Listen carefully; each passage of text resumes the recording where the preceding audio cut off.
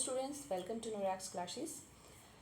आज हम स्टार्ट करने जा रहे हैं ancient education system in India से रिलेटेड क्वेश्चंस जो मोस्ट एक्सपेक्टेड है ड्रीट एसबी एग्ज़ाम के लिए, भले वो पीआरटी हो, भले वो पीजीटी हो, भले वो टीजीटी हो, क्योंकि हम जानते हैं ये कॉमन पेपर रहेगा उसमें। ठीक है, तो स्टार्ट करते हैं। हमारा फर्स्ट क्वेश्चन, प्राचीन भारतीय शिक्षा का मुख्य उद्देश्य क्या था? रोजगार प्राप्त करना, आध्यात्मिक और नैतिक विकास करना, आर्थिक विकास करना या राजनीतिक जागरूकता? तो इसका मुख्य उद्देश्य क्या था? आध्यात्मिक और नैतिक विकास करना। गुरुकुल प्रणाली किस पर आधारित थी? ऑनलाइन शिक्षा पर, शिक्षक केंद्रित शिक्षा, गुरु शिष्य संबंध या स्वध्ययन? तो ये गुरु शिष्य संबंध पर आधारित थी। प्राचीन भारत में शिक्षा का माध्यम क्या था? हिंदी, संस्कृत, पाली या फारसी? तो प्राचीन भारत में शिक्षा का जो माध्यम था वो कौन सी भाषा थी? संस्कृत। और पाली भाषा जो थी बौद्ध टाइम पे जब शिक्षा प्रणाली चल रही थी तब उस समय पे पाली का प्रयोग किया जाता था। फारसी भाषा का प्रयोग मुगल काल में किया गया था। ठीक है। प्रसिद्ध प्राचीन विश्वविद्यालय नालंदा कहाँ स्थित था? तो ये प्रेजेंट टाइम में बिहार में स्थित है। ठीक है, नालंदा जो विश्वविद्यालय कहाँ स्थित है? बिहार में। तक्षशिला विश्वविद्यालय किस विषय के लिए प्रसिद्ध था? तक्षशिला में क्या क्या पढ़ाया जाता था?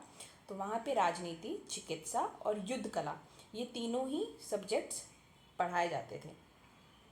वैदिक कालीन शिक्षा की जानकारी किस ग्रंथ से मिलती है?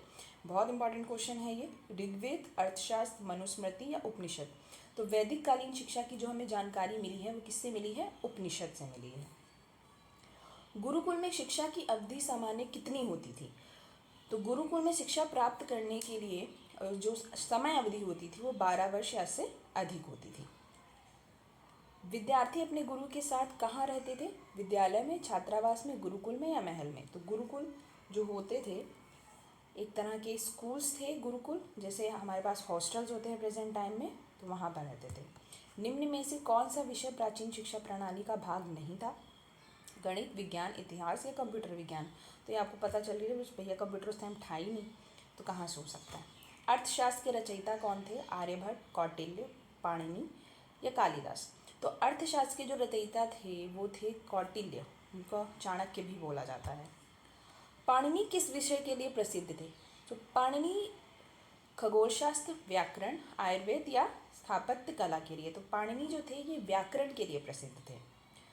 प्राचीन शिक्षा में मुख्य शिक्षण पद्धति क्या थी? रटकर सीखना, प्रश्नोत्तर या श्रवण पद्धति, लिखित परीक्षा, प्रयोगशाला आधारित अध्ययन? तो जो प्राचीन काल में प्राचीन शिक्षा में प्रश्नोत्तर और श्रवण विधि, मतलब सुनकर ही शिक्षक बताता था स्टूडेंट्स को और सुनकर ही वो याद करते थे और सुनकर ही क्वेश्चंस पूछे जाते थे, उनके आंसर दिए जाते थे, मतलब लिखने की कोई प्रथा नहीं थी।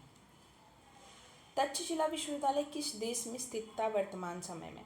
ठीक है, तक्षशिला वैसे तो भारत का हिस्सा था पहले, लेकिन बंटवारे के बाद ये तक्षशिला कहाँ चली गई? पाकिस्तान में। ठीक है। वैदिक काल में शिक्षा प्राप्त करने की आयु सामान्य कितनी होती थी? तो वैदिक काल में शिक्षा प्राप्त करने की जो न्यूनतम आयु होती थी वो 5 से 7 वर्ष होती थी। नालंदा विश्वविद्यालय को किस शासक ने नष्ट किया था? बहुत इंपॉर्टेंट क्वेश्चन है। इसका आंसर है बख्तियार खिलजी। बख्तियार खिलजी नालंदा जो कि बिहार में है उसको नष्ट करना किया था किसने? बख्तियार खिलजी ने। प्राचीन शिक्षा का मूल्यांकन किस प्रकार किया जाता था? तो प्राचीन शिक्षा में हम जानते हैं कि लिखना तो होता ही नहीं था, और लिखना नहीं होता था तो एग्ज़ाम भी नहीं होते थे, परीक्षा लिखित नहीं होती थी, तो कैसे मूल्यांकन करता था? गुरु की अनुशंसा द्वारा मूल्यांकन किया जाता था। गुरु उनको टाइम टू टाइम देखते रहते थे किस तरह के कार्य कर रहे हैं, कैसे पढ़ रहे हैं, ये सारी चीज़ें।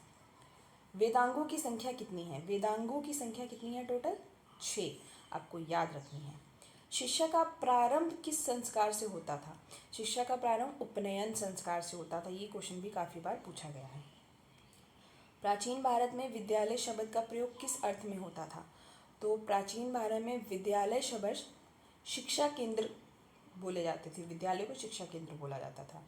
गुरुकुल शिक्षा प्रणाली का मुख्य लक्ष्य क्या था? तो गुरुकुल शिक्षा प्रणाली का मुख्य लक्ष्य था चरित्र निर्माण और आत्मज्ञान। ठीक है, तो ये क्वेश्चंस आपके रिलेटेड थे किससे? एंशिएंट एजुकेशन सिस्टम से, प्राचीन भारतीय शिक्षा प्रणाली से। और इसी तरह हम टॉपिक वाइज क्वेश्चंस करते रहेंगे सारे, ठीक है। नेक्स्ट क्लास में हम शायद मिडीवेल के क्वेश्चंस लेके आए और इसी तरह हम टीचिंग एप्टीट्यूड, पेडागोजी सबके सिर्फ क्वेश्चंस कवर करने वाले हैं इस सीरीज़ में, क्योंकि कंटेंट तो आपको बहुत जगह पे मिल जाएगा, पर क्वेश्चंस जो मोस्ट एक्सपेक्टेड क्वेश्चंस जो एग्जाम्स में आने वाले हैं वो पूरी सीरीज़ हम चलाएंगे। तो आप हमारे चैनल को सब्सक्राइब करिए, शेयर करिए ज़्यादा से ज़्यादा, ताकि इस सीरीज़ को कंटिन्यू करने का एक इंस्पिरेशन हमें मिल सके। Thank you.